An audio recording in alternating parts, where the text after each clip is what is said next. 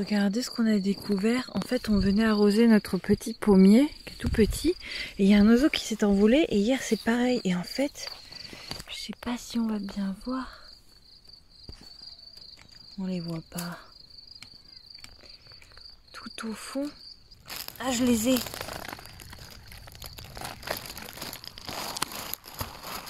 Putain, mais ils sont bleus. Ça fait pas le focus.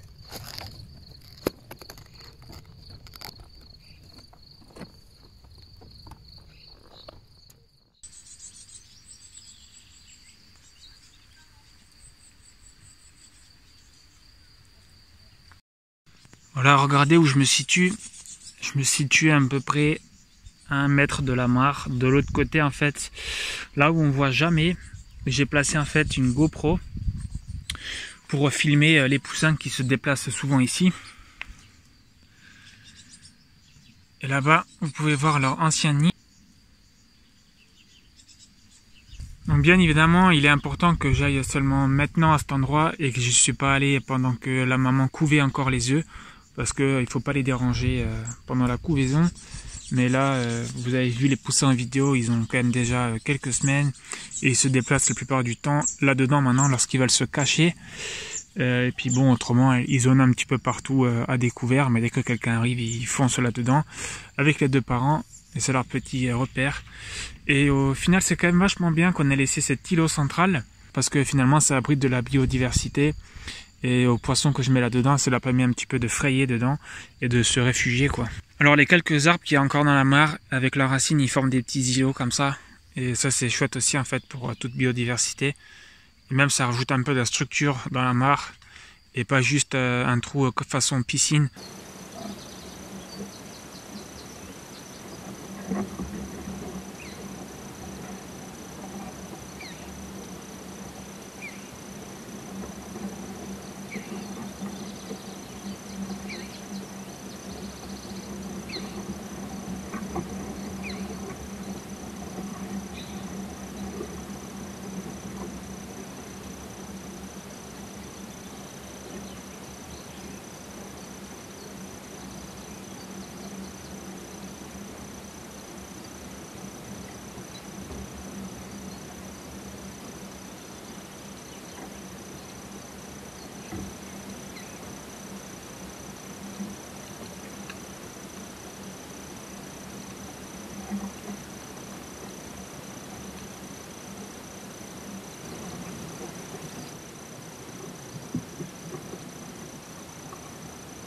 Alors là, il y a un sureau en fait qui est mort.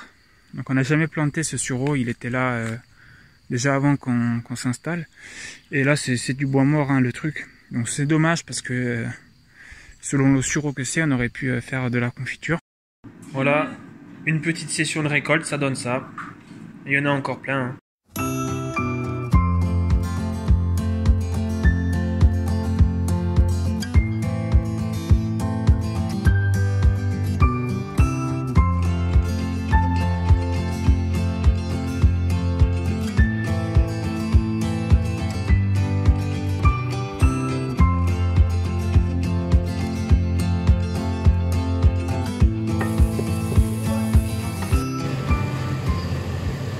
Voilà, donc le morceau, c'est un velouté du coup de fèves, petits pois et j'ai rajouté du chèvre frais, donc c'est pour ça que vous voyez des petits bouts comme ça. Et là ça va passer au frais et on le dégustera ce soir. Je pense que ça aurait été meilleur plus frais encore, mais là ça fait déjà 2 heures, mais et peut-être parce que j'avais pas beaucoup de fèves quand même, et donc du coup j'ai mis pas mal de bouillon, mais je trouve qu'il y a quand même beaucoup de goût du bouillon de volaille. Et peut-être j'aurais dû rajouter de la menthe, mixer avec, ça aurait été hyper frais, ça aurait été hyper bon je pense.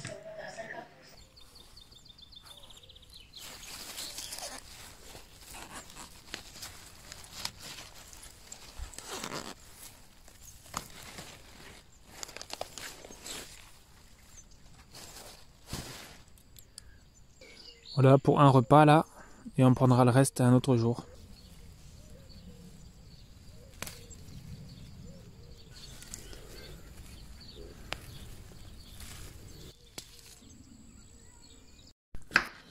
Alors actuellement c'est salade et radis du potager, concombre et tomates c'est encore dû acheter, mais bientôt d'ici peu dans la saison on pourra aussi récolter nos propres tomates et nos propres concombres. Puis le maïs avec un peu de chance, le maïs doux que j'ai planté il sera aussi très productif.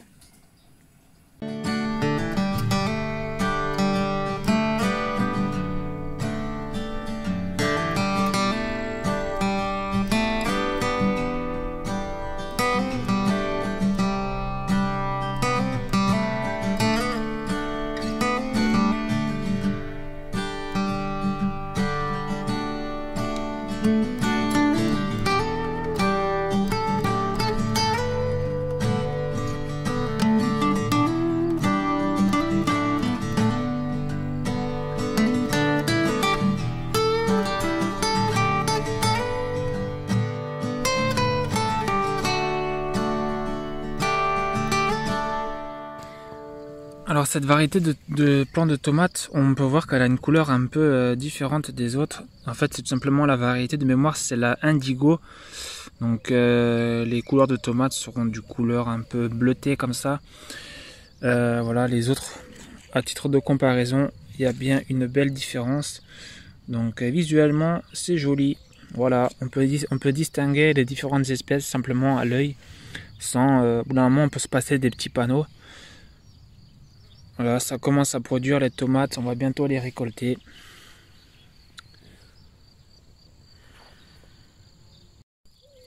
Là, il y a les plantes de betterave les plus grosses. Bon, j'enlève à chaque fois la mauvaise herbe, là, quand je passe faire un tour au potager. Et je la mets au pied, tranquille. Voilà, des fois j'arrache aussi l'herbe un peu. Parce que si on le fait pas, ça a tendance à de nouveau pousser sur le potager. Et du coup, ben forcément, on perd de la surface.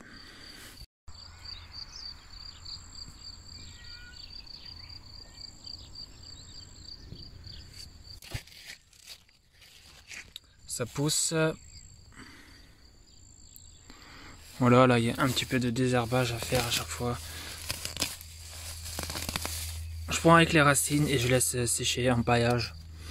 Ce que je fais aussi souvent, c'est que j'enlève l'herbe au niveau de la bordure parce que c'est un endroit qui garde du coup un peu d'humidité et les escargots et limaces se logent avec plaisir et du coup j'arrache pour éviter qu'elles grimpent là dedans.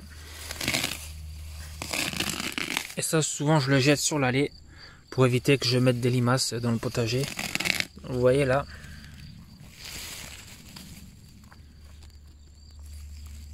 Limace tigre. Je crois que cette limace mange d'autres limaces en fait. Voilà, elles sont pas tous herbivores, hein. Il y a des variétés de limaces qui en mangent d'autres. Voilà, je vais juste faire un tour comme ça, on verra peut-être un peu mieux les allées par rapport à ma dernière vidéo. Donc là vous voyez, voilà, une allée de passage, une allée de culture, une allée de passage, une allée de culture, une allée de passage, une allée de culture. Et du coup au fond je mets les espèces de tôles en bitume que j'enlève au dernier moment pour travailler la terre et agrandir mes cultures. Une culture, les carrés potagers et la haie de petits pois. Et c'est là-bas au fond qu'on va mettre la haie de framboisier dans un premier temps et voir pour agrandir un peu plus tard, l'an prochain ou quand. Bref, au fil du temps quoi. Je ne sais pas ce que c'est. Là, il y a un œillet d'Inde que j'ai planté trop tard en pleine terre. Il a un peu souffert dans le godet, mais avant de lâcher son dernier souffle, il répand ses semences. Bon, c'est la force de la nature. Bon, après, il faut dire qu'il pleut pas beaucoup du tout en ce moment et que c'est vraiment la sécheresse. Donc là, vous pouvez voir que les haricots nains mangent tout. Donc ils poussent pas mal, mais néanmoins je pourrais en rajouter dans les trous juste pour faire un tapis d'haricots nains et afin d'éviter qu'il y a de la mauvaise herbe qui pousse comme là par exemple. Et pourquoi pas mettre une autre variété d'haricots nains, voilà, pour avoir un petit peu de multitude dans l'assiette. Puis là c'est pareil, les navets, on va bientôt les consommer ou les préparer du moins pour les congeler ou quoi que ce soit. Je sais pas trop comment Anna le voudra faire et on pourra mettre autre chose ici. Pourquoi pas encore des haricots et consacrer tout ça à des haricots. Et puis forcément les congeler parce qu'on en récoltera énormément. C'est quand même quelque chose de très productif. Bon, cette tôle ici, je l'ai mise il y a une semaine seulement, donc c'est vraiment pas longtemps pour vraiment que l'herbe en dessous soit vraiment en train de se décomposer correctement. Mais après les framboisiers que mon frère nous a donné, ils sont dans un seau d'eau depuis une semaine, ils commencent un peu à tirer la tronche. Du coup, je vais débarrasser ça et voir un peu à quoi ça ressemble en dessous.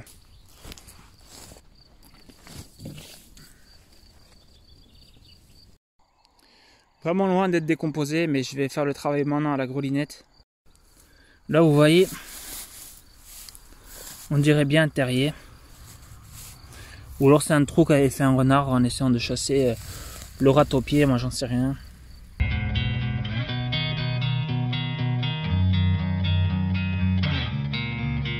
C'est des pommes de terre qui ont poussé spontanément parce qu'on avait la piste de pommes de terre ici l'an dernier.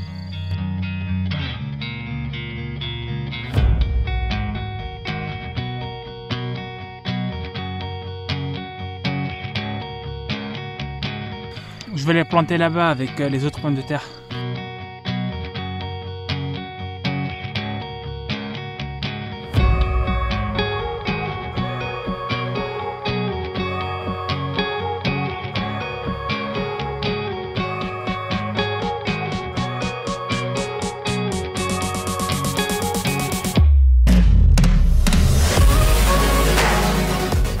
Petit pois. Là j'en chie hein. C'est vraiment très très dur. Comme dit, la sécheresse cette année c'est ouf. Et nous la terre de base quand on la travaille pas, la première année elle est quand même un peu compliquée hein. On va pas dire qu'elle est pas riche parce que bon il y avait toujours des moutons qui pâturaient ici.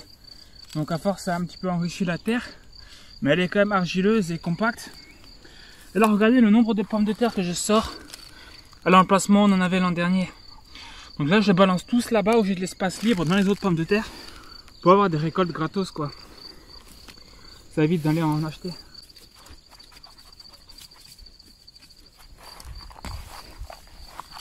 Voilà, je vais vous montrer un truc, regardez la belle terre qu'on a. Regardez ça, franchement, voilà, regardez. Là ça commence à être dur parce qu'on est au fond quoi. Là il y a la mauvaise herbe. Ah, tout ça je l'arrache là. Je fous la pomme de terre là-dedans et je recouvre, voilà, bien molle. Voilà. Vous avez vu là il y a un ossement en fait. Parce qu'on jette vraiment tout dans le composteur, tout ce qu'on mange pas. Et cet os, au jour il va se décomposer et puis au lieu de le mettre dans un sac poubelle et qu'il finisse de toute manière sous terre mais dans un sac poubelle, nous l'idée c'est que c'est le sol ici qui l'ingère. Bientôt on va pouvoir récolter la petite courgette. Parce que finalement on se rend pas compte, mais elle fait déjà dépasse la taille de ma main. Salade qu'on mange. Alors maintenant que j'ai décompacté la terre avec la grelinette, je vais casser ces mottes avec le cultivateur. Et puis ça rendra tout ça quand même déjà bien mieux. Là vous voyez encore. Mais franchement, je voulais acheter des pommes de terre pour compléter les rangs. Vous voyez, c'est même pas la peine. Je récolte ceux de l'an dernier. Et ce qu'il faut savoir, c'est que l'an dernier, on a récolté 0 pommes de terre. Car vous vous en souvenez, comme il pleuvait constamment, elles avaient pourri littéralement. Et du coup, il y a quelques survivantes qui du coup sont, comment dire, un résultat d'une résistance à un trop d'eau en fait.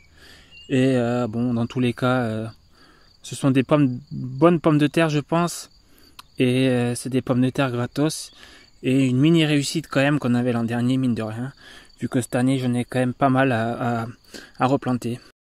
Alors regardez comme c'est compact et sec. C'est un truc de fou. Voilà un premier travail de fait. Je m'arrête là pour ce soir. Avec la sécheresse qu'il y a, en fait, c'était assez facile de décompacter tous les morceaux. Puis les racines, elles se détachaient en deux de la terre. Et du coup, j'ai pu enlever pas mal de grappins d'herbe et juste laisser la terre. Bon, bien sûr, il faudra que je continue encore parce qu'il y en a. Mais pour des framboisiers, c'est déjà un début. Et après ça s'améliorera au fur et à mesure quoi. Puis comme dit, je vais pas y mettre des carottes ici, je vais y mettre des framboisiers quoi.